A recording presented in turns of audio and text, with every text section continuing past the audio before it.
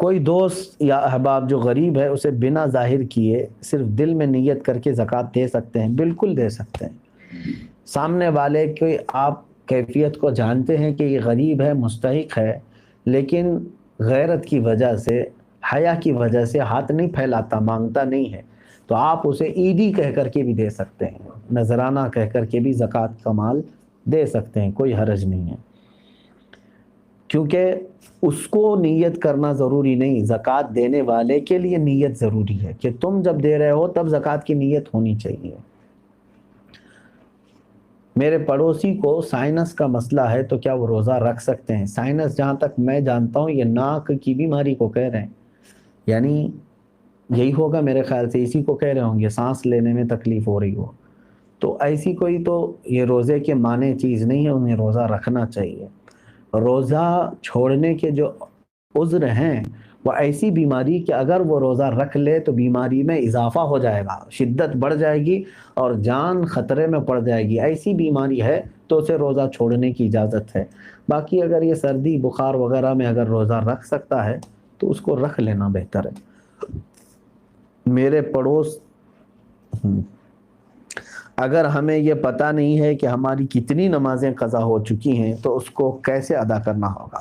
مثلا میری عمر 24 سال ہے، آپ کو پتہ ہونا چاہیے کہ آپ کتنے چھوڑے ہیں اور کتنے پڑھے ہیں، کیونکہ ظاہر سی بات ہے عقل والے ہیں آپ کی عمر آج 24 سال، جیسے صاحب آپ کہہ رہے ہیں 24 سال آپ کی عمر ہے اور آپ کو معلوم نہیں ہے کہ کتنی چھوٹی ہیں، لیکن آپ کو شریعت نے ایک طریقہ یہ دیا ہے، اندازہ کرو، ہو سکتا ہے تم پر نمازیں فرض کس عمر سے ہوئی، مثال کے طور پر 12 سال سے، سب پر ہوتی نہیں ہے، جب بالغ ہوا اس وقت سے نمازیں فرض ہوئیں۔ اب یہ 24 سال والے جو ہیں، میں ایک فار ایگزامپل بتا رہا ہوں، ہو سکتا ہے ان 14 سال میں بالغ ہوئے، نماز فرض ہوئی 14 سال کی عمر سے، 14 سال سے لے کر 24 سال ان کی عمر ہے آج، تو کتنے سال ہوئے؟ 10 سال۔ اتنا تو آپ کو خود معلوم ہوگا کہ ان 10 سالوں میں نے کتنے سالوں کی، سب ملاؤں گا اگر تو کتنے سال کی نماز بنے گی، ہو سکتا ہے آدھا کر لو، اور اس میں بھی ساری نمازیں ایک طرح کی نہیں ہیں، کچھ لوگوں کی اکثر نمازیں اگر چھوٹی ہوں گی تو فجر چھوٹی ہوگی، عشاء چھوٹی ہوگی، اور اکثر پڑھی ہوں گی تو مغرب یا عصر یا ظہر یہ پڑھی ہوئی ہوں گی، تو آپ کو ایک اندازہ کرنا ہوگا غالب گمان 10 سال میرے اوپر نماز فرض ہو کر کے اتنا عرصہ ہو گیا ہے، میں نے مغرب کی نماز اس میں سے 8 سال تو پکا پڑھا ہی ہوں، شاید ہو سکتا ہے سب ملا کر کے جو چھوٹی ہوں گی میری وہ 2 سال کی ہوں گی۔ عصر کی نماز اور ظہر کی نماز میرے خیال سے میں نے 6 سال تو پڑھائی ہوں، یعنی پوری ملاؤں گا پوری نمازیں تو وہ 6 سال کی بن سکتی ہیں، 4 سال کی اگر سب چھوٹی ہوئی جمع کروں گا تو 4 سال کی بن سکتی ہیں۔ تو ہوا یہ کہ مغرب کی چھوٹی ہوئی کتنی ہوئی؟ 2 سال کی، ظہر عصر کی چھوٹی ہوئی 4 سال کی ہو گئی، 6 سال پڑھا ہوگا اور 4 سال چھوٹی ہوگی۔ اب آتا ہے عشاء کا نمبر اور فجر کا نمبر، تو آپ یہ سوچ لو کہ یہ 10 سالوں کے اندر ہو سکتا ہے 1 سال پوری نمازیں ملا کر کے میں نے فجر پڑھی ہوں گی، 9 سال تو میری فجر باقی ہوگی، اور عشاء کو آدھا کر لو، تو ہر نماز کو آپ کو ایک غالب گمان بنانا پڑے گا۔ اچھا ہے کہ آپ نے 24 سال کی عمر میں سوال کیا ہے، اب 60 سال کی عمر میں مجھ سے سوال ہوتا تو میں اسی انداز سے بتاتا۔ تو اب آپ کو اسی طرح کے نمازیں پڑھنا ہے۔ اب مثال کے طور پر فجر کی آپ نے اندازہ کر لیا 10 سال کے عرصے میں میری کل نمازیں جو چھوٹی ہیں وہ 9 سال کی چھوٹی ہوں گی، میں نے شاید 1 سال کی پڑھی ہوں، یا آپ کے اوپر ہے، میں اگزامپل بتا رہا ہوں۔ تو اب آؤ اس کی شروعات کرنے کے لیے قضا نمازوں کی۔ اب فجر کو پہلے کمپلیٹ کرنا چاہیں اس کو کر سکتے ہیں، ایک نماز کو بھی پکڑ کر کے کرنا چاہیں تو کر سکتے ہیں۔ اب میں نے صبح شام کنٹینیو فجر کی قضا شروع کر دی، دن میں 50 رکعتیں پڑھ لی، 50 رکعتوں کا مطلب ہوا 25 دن کی فجر کی نماز قضا ہو گئی۔ اب اس میں شریعت نے آسانی بھی تمہیں دی ہے، قضا نمازیں صرف اور صرف فرض نمازوں کی قضا ہوگی، کسی بھی سنت اور نفل کی قضا نہیں ہے۔ فجر کی 2 رکعت قضا، ظہر کی 4 رکعت قضا، عصر کی 4 رکعت قضا، مغرب کی 3 قضا، عشاء کی 4 فرض اور 3 وتر کی قضا، کل ملا کر کے کتنی ہوتی؟ 20 رکعت۔ 20 رکعتیں دن کی ہوتی ہیں، لیکن ابھی میں چل رہا ہوں فجر کی۔ اب ہو سکتا ہے آپ یہ سوال کریں گے کہ میں نیت کیسے کروں، کون سے دن کی، سنیچر کی، اتوار کی، پیر کی، منگل کی، کون سی؟ ظاہر سی بات ہے اب آپ کے پاس اندازہ ہی نہیں ہے کہ کون سے دن کی چھوٹی ہے۔ اس کے لیے بھی شریعت نے یہ چھوٹ دی ہے کہ آپ جب نیت کریں گے یوں نیت کریں، اے اللہ میں اس فجر کی 2 رکعت فرض نماز قضا کی نیت کیا جو میری زندگی میں پہلی چھوٹی ہے۔ کیا نیت کریں گے آپ؟ میں نے اس فجر کی 2 رکعت فرض نماز قضا کی نیت کیا جو میری زندگی میں سب سے پہلے باقی ہے۔ ہر 2 رکعت پہ یہی کہنا ہے آپ کو، کیونکہ جب وہ ادا ہو جائے گی تو جو پہلے ہے وہ ہی آتی جائے گی۔ تو 9 سال کی قضا ہونے تک آپ کو یہی نیت کرنا ہے، جو میری زندگی میں پہلی باقی ہے۔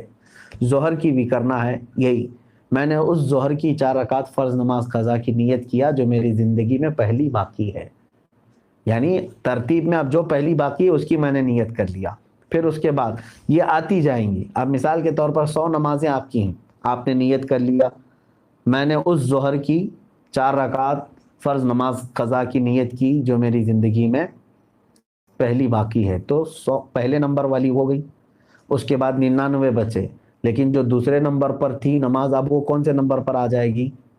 پہلے نمبر پر آ جائے گی نا پھر سے۔ تو ہمیشہ یہی نیت کرتا جائے گا جب تک کہ وہ 100 پوری نہ ہو جائے۔ نیت بھی آپ کو سمجھ میں آ گئی قضا کے لیے۔